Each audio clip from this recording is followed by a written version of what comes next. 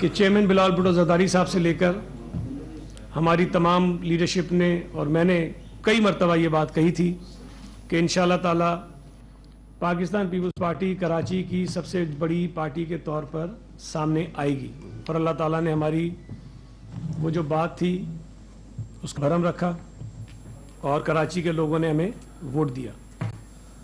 और वो जो खन्नास पीटीआई के दिमाग में था कि कराची उनका है, वो निकला।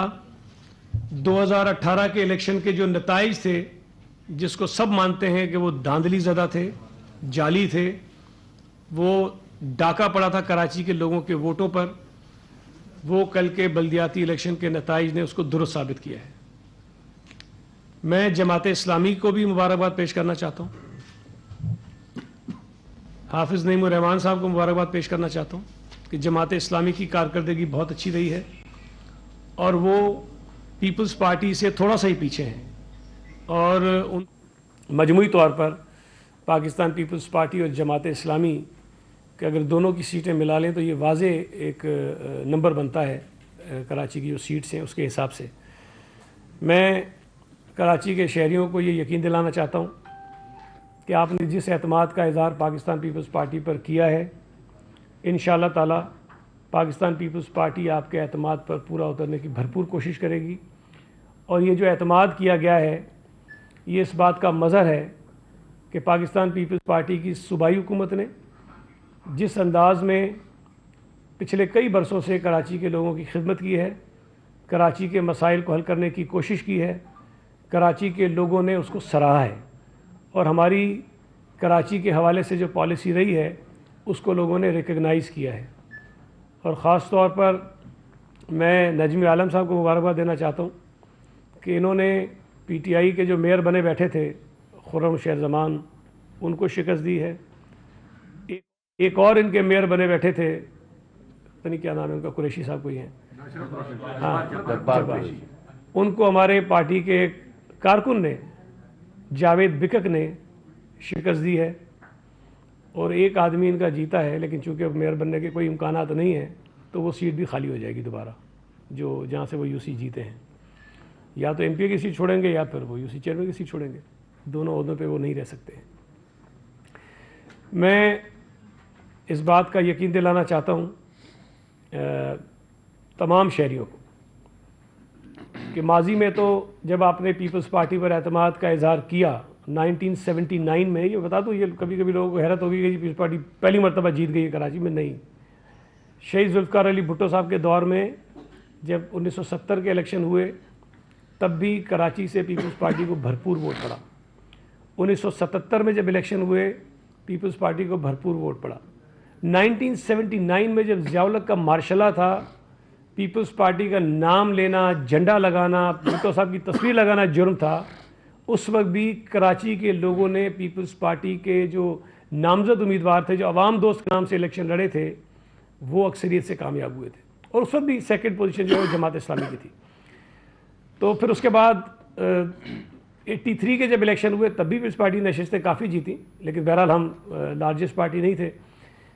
फिर जो दूसरा इलेक्शन हुआ 2001 में, उसमें भी पाकिस्तान पीपल्स पार्टी और उनके इत्तेहादियों की नशिस्तें ज़्यादा थीं, लेकिन चूँकि उस वक्त पीपल्स पार्टी अपोजिशन में थी, चाहे वो 79 हो चाहे वो 2001 हो, तो यहाँ पर कोशिश करके जबर करके पीपल्स पार्टी के मेयर को या नाजिम को नहीं आने दिया गया।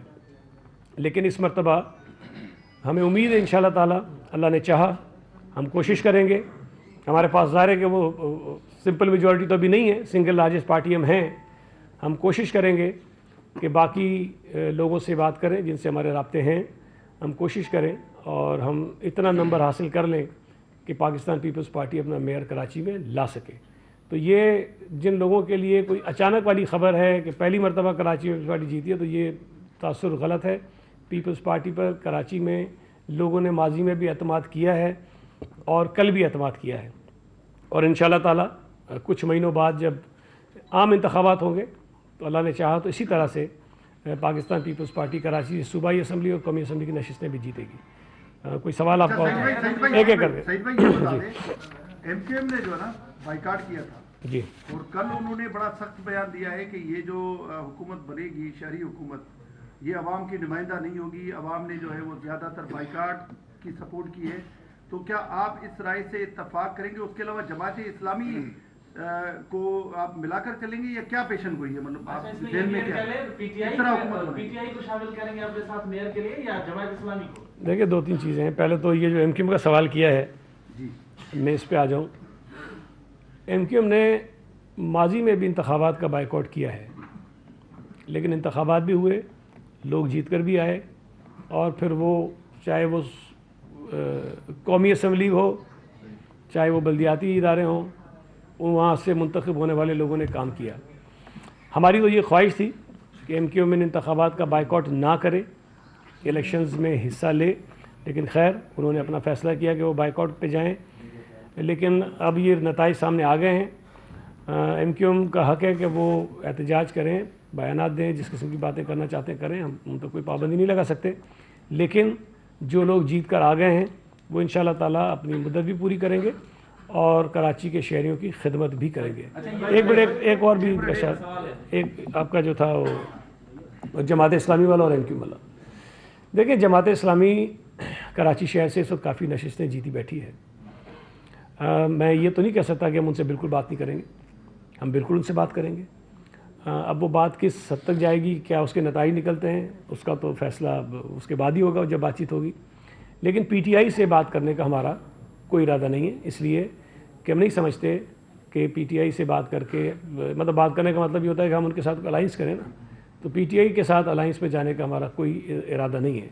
बाकी जितनी जमातें हैं बशमूल जमात इस्लामी जिन्होंने कम कम सीटें ली हैं, उन सब से बात करेंगे और हम कोशिश करेंगे कि एक बेहतर तरीके से जमहूरी अंदाज में कराची में जो केएमसी का मेयर मुंतखब हो उसको मुंतखब करें। अच्छा, ये जो नताइज ताख़ीर से आना, अब भी मतलब जी, सरकारी और आदमी जो है ना नतीजा सामने कोई भी अब तक सामने नहीं आया, तो इसका जिम्मेदार किसको ठहराएंगे? ये वाइड इलेक्शन है बल्दियाती, हम समझ रहे हैं, कभी पहले से नहीं हुआ है कि 24 घंटे गुजरने के बाद भी कोई एक सरकारी नतीजा अब तक नहीं आया। इसमें तमाम सियासी जमातों ने एहतजाज किया, आपकी तरफ से भी एहतजाज आए, तहफ़्फ़ुज़ात आए, और इस हवाले से जो बल्दियाती इंतखाबात को जो मुतनाज़ा बनाने की एक कोशिश है, जो रिजल्ट आएंगे वही तनाज़ात होंगे और फिर वो कहेंगे कि रिगिंग हुई है। और जी जी, मैं बता दूँ, इसका जिम्मेदार कौन है, किसको ठहराएं? देखिए, कल रात में जब हाफिज़ नईमुर रहमान साहब ने इस पर बात की थी तो मैंने फिर उन्हें फ़ोन किया। मुझे ये लगा कि शायद उनको ये तासुर है कि शायद उनके नताइज जो है वो नहीं मिल रहे, तो मैंने उन्हें फ़ोन करके बताया कि जी हमारे साथ भी ये प्रॉब्लम है और हमारे जो उम्मीदवार हैं वो मुस्तकिल हमसे रब्ता कर रहे हैं और वो परेशान हैं कि उनको भी नताइज नहीं मिल रहे। तो ये सिर्फ आपके साथ नहीं है, हमारे साथ भी ये इशू है। फिर उसके बाद मैंने एक स्टेटमेंट भी दिया। जब ये उम्मीदवारों की तरफ से एतराज़ात आ रहे थे, शिकायतें आ रही थी, तो मैं जो DROs हैं, ROs हैं, जो मुतल्लिका अफसरान हैं, जो ज़िम्मेदार थे इस इलेक्शन को करवाने के, उनसे मैंने रब्ता किया। जहाँ जहाँ से शिकायत आती थी मैं मुतल्लिका अफसर से रब्ता करता था कि जी हमें उस UC में प्रॉब्लम आ रहा है। तो उन्होंने जो वजह बताई वो ये थी कि मुख्तलिफ़ मकामात पर आपके इल्म है कि मुख्तलिफ़ जो इदारे हैं उनके लोगों को ड्यूटीज़ पर लगाया गया था। अच्छा, उसमें जो एजुकेशन के या और हेल्थ डिपार्टमेंट के लोग होते हैं जो रेगुलरली मुख्तलिफ़ इलेक्शंस में जाते रहते हैं, उन्हें तो इतना एक्सपीरियंस होता है, वो ये काम करते रहते हैं, तो उन्होंने निस्बतन बेहतर तरीके से बना लिए थे नताइज। लेकिन कुछ ऐसे इदारे थे जिनके ऑफिसर्स नॉर्मली इन कामों में नहीं होते हैं, तो लेकिन उनको भी ड्यूटीज़ लगाई गई थी, इसलिए कि एक बहुत बड़ा इलेक्शन था और वो ऑफिसर्स वहाँ तैनात किए गए, तो उनको नताइज बनाने में मुश्किल पेश आ रही थी, जिसकी वजह से ताख़ीर हुई। दूसरी आपको एक बात बताऊँ, ये भी बहुत ज़रूरी है। देखिए, जो आम इलेक्शन हुए थे ना 2018 के, उसमें आपको पता होगा कि वो RTS सिस्टम था। RTS सिस्टम वो होता है कि जब वो प्रिजाइडिंग ऑफिसर अपना रिज़ल्ट तैयार करता है तो उसकी वो तस्वीर लेके उसी वक्त जो है वो इलेक्शन कमीशन को भेज देता है, इलेक्शन कमीशन के सिस्टम में वो चली जाती है, उसके बाद वहाँ से वो रिज़ल्ट बनाना शुरू कर देते हैं। तो वो एक ऑटोमेटेड सिस्टम था। जबकि जो अभी बल्दियाती इंतखाबात हुए हैं उसमें इस किस्म की कोई सहूलत जो है वो प्रिजाइडिंग ऑफिसर्स के पास नहीं थी, तो ये सारा मैनुअल था। तो उन्होंने वो बनाना भी था, उसके बाद जो RO है उसको देना था, फिर DRO ऑफिस जाना था, फिर उसके बाद इलेक्शन कमीशन तक ये सारी चीज़ें जानी थी। तो ये जो मरला था इसमें भी ताख़ीर हुई है। इस पर हमें भी तशवीश थी और अभी भी है लेकिन आपकी जो बात है कि एक भी नहीं आया, ये बात दुरुस्त नहीं है। ये काफ़ी सारे मेरे पास भी हैं और काफ़ी सारे लोगों को मिलना शुरू हो गया। मैं सुबह भी सुन रहा था हाफिज़ नईम रहमान को, तो उन्होंने कहा कि रात देर गए नताइज जो है मिलना उनको शुरू हो गए थे। तो ये सिलसिला शुरू हो गया है। हमें उम्मीद है कि आज शाम तक या रात तक ये तमाम के तमाम जो है मुकम्मल हो जाने चाहिए। एक देखिए, जो आम इलेक्शन हुए थे 2018 के, जिसमें ये ऑटोमेटेड सिस्टम था रिजल्ट्स का, उसमें 4 दिन लग गए थे नतीजा जाने में, 4 दिन।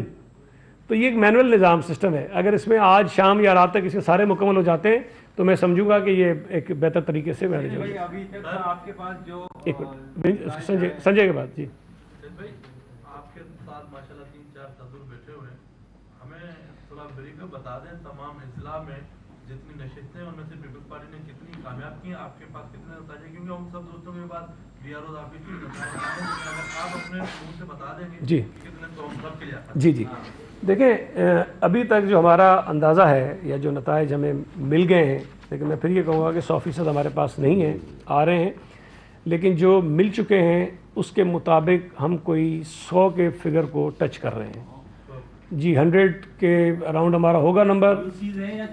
यूसीज बता रहा हूँ मैं आपको केमसी के मेंबर्स की बात बता रहा हूँ जिन्होंने मेयर को मुंतखब करना है। मैं कॉन्फ्रेंस पे नहीं जा रहा अभी। तो 100 से या 2 या 1-2 नंबर हमारे कम हो सकते हैं, लेकिन जब तक ये सारा हमारे पास आ जाए, लेकिन 100 के करीब करीब हम हैं। और जमात इस्लामी के मुतालिक जो हमारे पास फिगर है उसमें वो हमसे कुछ सीटें पीछे हैं, कुछ ज़्यादा फ़र्क नहीं है लेकिन कुछ हमसे वो पीछे हैं। और जो डिस्ट्रिक्ट्स की आप बात कर रहे हैं उसमें मलीर से तकरीबन हम 21 सीटें जीत रहे हैं और 21 उसमें कुछ 3 नून के भी लोग हैं जो हमारे अलाइंस में हैं, लेकिन वो PMLN के हैं। और डिस्ट्रिक्ट ये 21 के साथ है, अलग है? अलग है। मैं पीपल्स पार्टी के 21 बता रहा हूँ आपको, ठीक है जी। उसके साथ जो डिस्ट्रिक्ट साउथ है उसमें अभी तक शायद हमारे कोई 16 के करीब होंगे, जिसमें लियारी टाउन और सदर टाउन मिला के। लेकिन इसमें भी हमें उम्मीद है कि अभी जो नतीजे आएंगे, कोई बड़ा क्लोज कंटेस्ट भी एक जगह पे है, तो मुमकिन है कि हमारी एक आध सीट इसमें बढ़ भी जाए। इसके साथ साथ डिस्ट्रिक्ट सेंट्रल में अभी तक हम 5 नशिस्तें जीत चुके हैं, जो पहले हम 1 नशिस्त हमारे पास थी। और डिस्ट्रिक्ट कोरंगी में हमारे पास तकरीबन कोई 6 से ज़ायद होंगे हमारे, जहाँ पहले हम 0 पे थे और हमारे 6 के करीब मेंबर्स वहाँ से जीते हैं। कि हमारी डिस्ट्रिक्ट में हम बहुत वाज़े हमारी अक्सरियत है, तकरीबन हमने कोई 25-26 के करीब हम जीत रहे हैं केमाड़ी से। वेस्ट में भी नंबर हमारा जो है वो 16 या 18 के करीब होगा। और अपना ईस्ट में भी हम कोई 15-16 नशिस्तें हम जीत रहे हैं। तो ये तकरीबन कोई 100 के लगभग हमारी सीटें बन जाती हैं जी।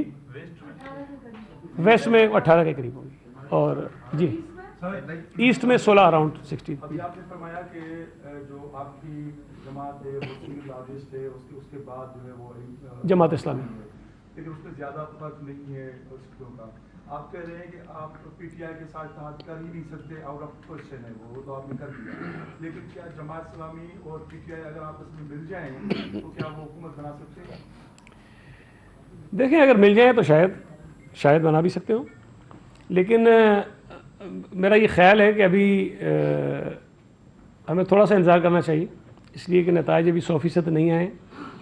इसमें कोई पीपल्स पार्टी, जमात इस्लामी और PTI को छोड़कर हमारा अंदाज़ा ये है कि कोई 20-25 लोग और भी हैं, दीगर जमातें हैं, कुछ इंडिपेंडेंट हैं। जी थोड़े थोड़े नंबर हैं उनके, लेकिन 20 से शायद ऊपर नंबर वो है। और ये मैं आपको बता दूं कि इस वक्त जो इंतखाबात हुए हैं वो 246 सीटों पर नहीं हुए हैं, ये 240 से कम है, 240 से भी कम नशिस्तें हैं जिन पर इंतखाबात हुए हैं। तो अभी अगर आप ये करेंगे तो उसमें शायद जो आपके जहन में है जो 124 का मैजिक नंबर है वो 124 नहीं बनता, वो शायद उससे कम है।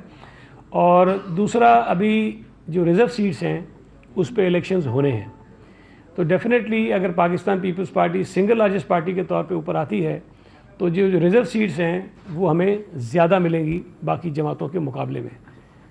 ज़्यादा मिलेंगी हमें, उस पर भी इलेक्शंस होने।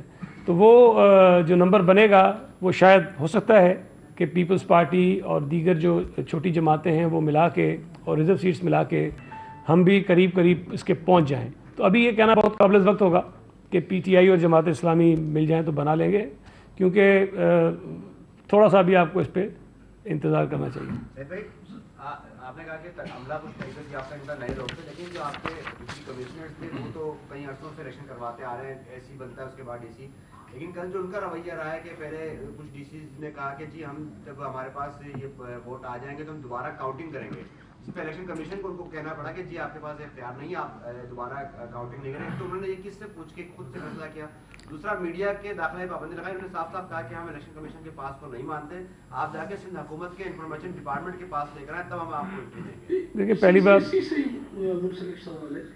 जमात इस्लामी ये इल्ज़ाम लगा रही है कि तब्दील कराने की कोशिश की जा रही है। अच्छा, पहली बात जो आपने की, देखें मुझे नहीं पता कि डिप्टी कमिश्नर्स ने ये बात की कि हम दोबारा काउंट करेंगे या नहीं करेंगे, मेरे इल्म में अभी ये बात नहीं है। लेकिन एक चीज़ आपको समझनी चाहिए कि जब डिप्टी कमिश्नर्स को डिस्ट्रिक्ट रिटर्निंग ऑफिसर बनाया जाता है तो एज ए DRO वो सूबाई हुकूमत के मातहत नहीं होता, वो इलेक्शन कमीशन के मातहत आ जाता है, इसलिए कि वो इलेक्शन की ड्यूटी का ज़िम्मेदार हो जाता है। और जो डिप्टी कमिश्नर्स हैं, ज़ाहिर है कि वो पूरे डिस्ट्रिक्ट के रिटर्निंग ऑफिसर्स थे, तो ना तो वो बराह रास्त यूसीज़ में प्रिजाइडिंग ऑफिसर्स का काम कर रहे थे और ना ही ये उनकी ज़िम्मेदारी थी कि वहाँ हर पोलिंग स्टेशन पे जाकर वो रिज़ल्ट्स बनाएं। तो बुनियादी ज़िम्मेदारी प्रिजाइडिंग ऑफिसर्स की होती है। लेकिन एक चीज़ हमें ध्यान में रखनी चाहिए, और ये शिकायतें बाकी जेन्युइन हैं, कि अगर कहीं कोई प्रिजाइडिंग ऑफिसर प्रॉपरली रिज़ल्ट नहीं बना पा रहा है तो इलेक्शन जो रिटर्निंग अफसर है उसके पास या डिस्ट्रिक्ट रिटर्निंग अफसर के पास वो रिज़ल्ट आता है, तो अगर वो देख रहा है कि ये दुरुस्त तरीके से सही फॉर्मेट पे नहीं बनाया, सही नहीं बनाया, तो ये ज़्यादा बेहतर है कि उसको वो प्रॉपर तरीके से ठीक करके रिज़ल्ट को जारी करे, बजाय इसके कि वो उल्टा सीधा जो भी हो उसको वो कर दे। तो शायद इसलिए कहीं कहीं हुआ होगा, लेकिन इस तरह की इत्तलात का मतलब मेरे इल्म में नहीं है कि कोई ऐसी चीज़ हुई हो। दूसरी बात जो आपने कहा कि नताइज तब्दील किए जा रहे हैं DCs के ज़रिए, मेरा ख़्याल है कि ये कोई इतना आसान और मुमकिन काम मुझे तो नहीं लगता कि जब एक मरतबा रिज़ल्ट आपके पास आ जाता है प्रिजाइडिंग अफसर से, अब ये अलग बात है कि कहीं उसने गलत कोई किया हो उसका तो मैं नहीं कह सकता, लेकिन जनरली ऐसा मुमकिन नहीं। और मैं आपको बता रहा हूँ कि जी मेरा भाई हार गया है UC से तो अगर ये काम इतना आसान होता तो मैं फिर उसको जितवा देता शायद, लेकिन ये ऐसा हो नहीं रहा है। और नजमी आलम साहब भी जो खुर्रमशेर जमान साहब से जीते हैं, वो बहुत देर तक जो है वो हम इंतज़ार करते रहे और रिजल्ट लेते रहे, और उसमें भी काफ़ी हमें मतलब टफ वो लगा मुकाबला। ऐसा नहीं था कि अगर ये चीज़ जो आप कह रहे हैं कि जी डिप्टी कमिश्नर चुटकी बजाय और ऐसे कर ले तो फिर तो हम बैठे रहते हैं, हम 150 सीटें जीत जाते आराम से, हमें क्या ज़रूरत थी कि हम किसी और पार्टी के पीछे जाते। अच्छा, कराची में हुकूमत साजी के हवाले से या मेयर के इंतखाब के हवाले से जमात इस्लामी के साथ किस हद तक आपको उम्मीद है कि कोऑर्डिनेशन हो जाएगा? और देखिए, जमात इस्लामी एक मैच्योर पॉलिटिकल पार्टी है, पुरानी सियासी जमात है, और हमारे उनके साथ डायलॉग होते रहते हैं, बातचीत होती रहती है। कोई ऐसा नहीं कि हम बिल्कुल ही उनका दीवार के उधर मुँह है और हमारा इधर मुँह, ऐसा नहीं है।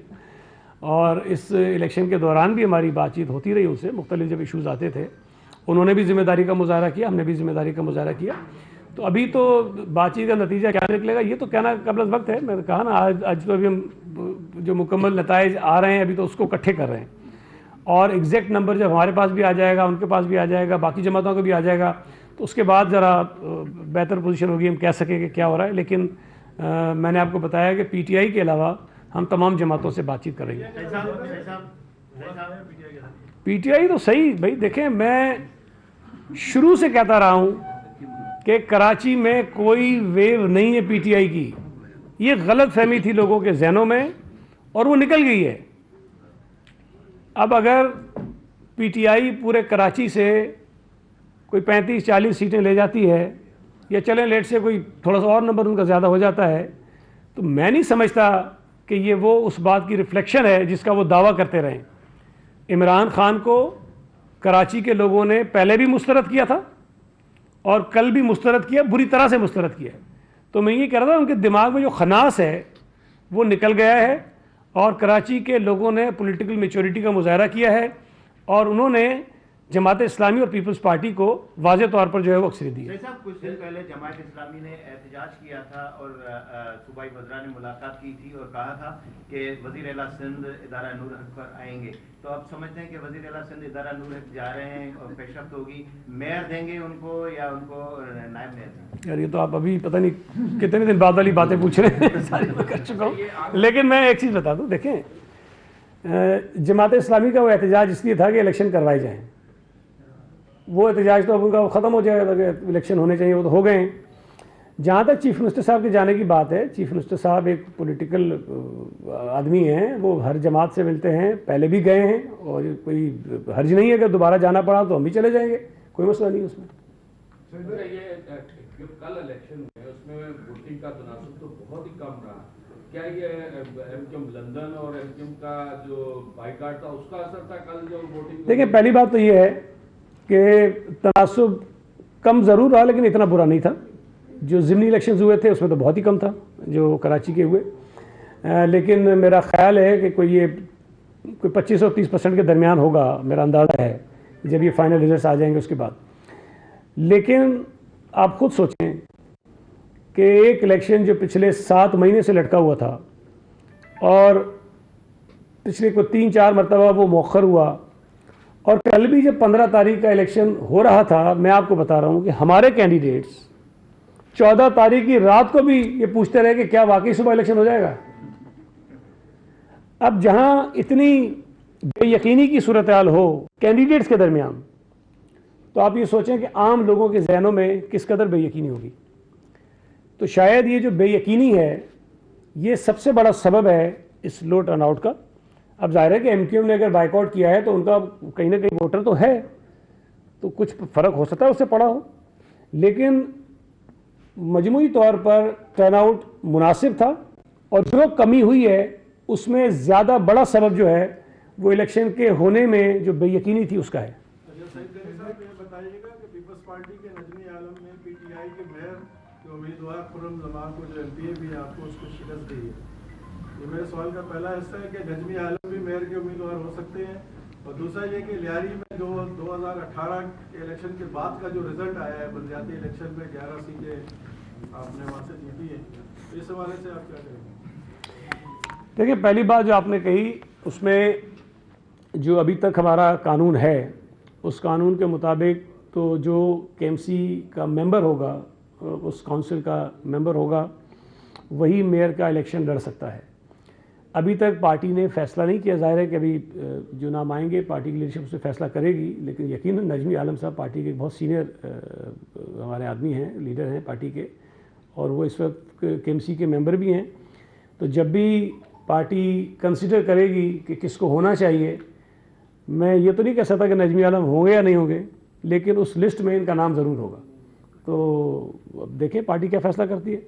दूसरा जो आपने बात की लियारी की, मैं तो हमेशा कहता हूँ कि लियारी में पाकिस्तान पीपल्स पार्टी को ज़बरदस्ती हरवाया गया था 2018 के इलेक्शन में, चाहे वो सूबाई की सीटें हों चाहे वो कौमी की सीटें हों। लियारी पीपल्स पार्टी का गढ़ था, है और इंशाअल्लाह ताला रहेगा। हमारे पार्टी के तमाम अहदेदारों ने, सदर साहब यहाँ बैठे हैं साउथ के हमारे खलील साहब, उन्होंने, और हमारे जनरल सेक्रेटरी हैं करमुल्ला वकासी, और लियारी के जितने पार्टी के अहदेदार हैं, उम्मीदवार हैं, उन्होंने भरपूर मेहनत की इस पूरे इलेक्शन में, और लियारी से वो रिज़ल्ट लेकर आए जो हकीकी आवाम की नुमाइंदगी का मज़ा। हमेशा की तरह एक मरतबा फिर एतमाद का इज़हार किया है और इस बात को साबित किया है कि 2018 का इलेक्शन जो था उसमें जुर्रू फेरा गया था, उसमें धांधली हुई थी और ज़बरदस्ती हराया गया था। लेकिन मैं फिर कह रहा हूँ, अपार्ट फ्रॉम द लियारी बहुत अच्छा रिजल्ट था लियारी का, लेकिन जनरली तौर पर पूरे शहर में जो पीटीआई की एक वेव बनाने की कोशिश की गई थी उसको पीपल्स पार्टी ने तहस नहस कर दिया है। मलीर में हमारा शानदार रिजल्ट है, क्यामाड़ी का हमारा रिजल्ट बहुत अच्छा है, डिस्ट्रिक्ट वेस्ट का रिजल्ट हमारा बहुत अच्छा है, साउथ का लियारी और क्योंकि सदर हम मिला के बात करते हैं, साउथ और जो ईस्ट है उसमें रिलेटिवली शायद जितना हम सोच रहे थे उससे कुछ सीटें हमारी कम हैं, जो हम सोच रहे थे, जो हमने सोचा था कि ये सीटें हम जीत सकते हैं। बाकी सेंट्रल कोरंगी आपको अंदाज़ा है कि हमारा वीक एरियाज़ हैं, वहाँ भी हमने निस्बतन बेहतर ही परफॉर्म किया है। अगर हम सेंट्रल से 5 से सीटें ले गए हैं, कोरंगी से कोई 6 से ज़्यादा सीटें हमारी आ रही हैं, तो वो ठीक है। मजमूई तौर पर बड़ी शानदार कारकर्दगी रही है।